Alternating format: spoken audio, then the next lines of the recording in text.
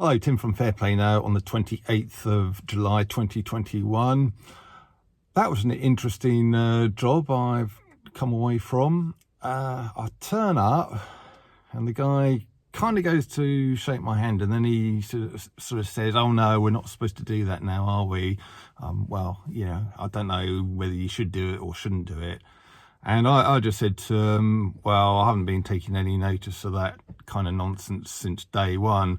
And, well, which is quite unusual. I'm not normally quite as feisty like that in front of customers. You have to be a little bit diplomatic, but for some reason it just came out. But anyway, he just immediately, as soon as I said that, immediately just put his hand out and we shook hands. And it was just a really good reminder of what life was like until 18 months ago. And the fact that he was willing to shake hands so readily was a good sign as well. So that was a good start to the day.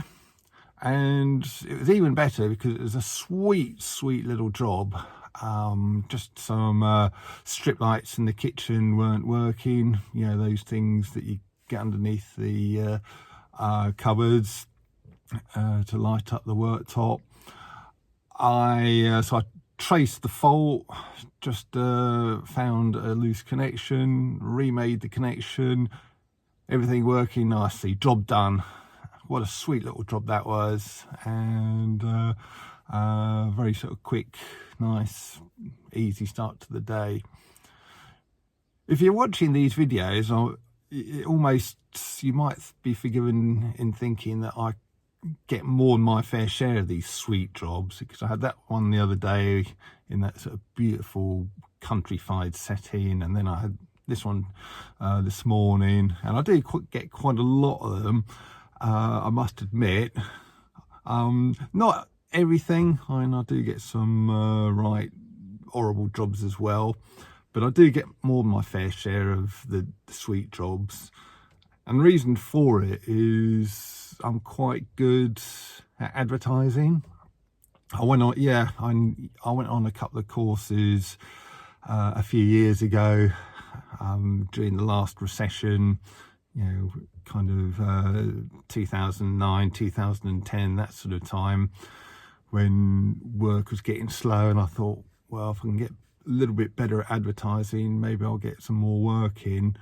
And I went on these couple of courses and learned how to write adverts properly, and adverts that kind of resonate with customers, and started putting them out, and ever since I've been sort of busy, even sort of through most of this malarkey we're in now. So the reason why I'm talking about this isn't to kind of boast or anything, but just to really say that because I've been on these courses and advertising courses, there's a lot of psychology involved with advertising, as you can appreciate, and that's been one of the things that has enabled me to recognise a lot of the BS we're in now. Just as a really kind of quick, easy example, one thing I learned in the courses was something called the power of three, which, if for some reason, if you sort of just say something in a kind of a three group, 1, 2, 3, it's got this psychological power, which really works well in advertising. I guess it's just a source of manipulation, but when it's used for the right reasons, to try and persuade people to buy a product or service that you're selling, which is going to be a great benefit to them, then it's kind of okay to use. But when it's used for nefarious reasons, it's bad. Now, this power of three, you might be sort of familiar with a few things. hands, face, space, and what was the other thing? Stay home, protect the NH, you know what, and save lives.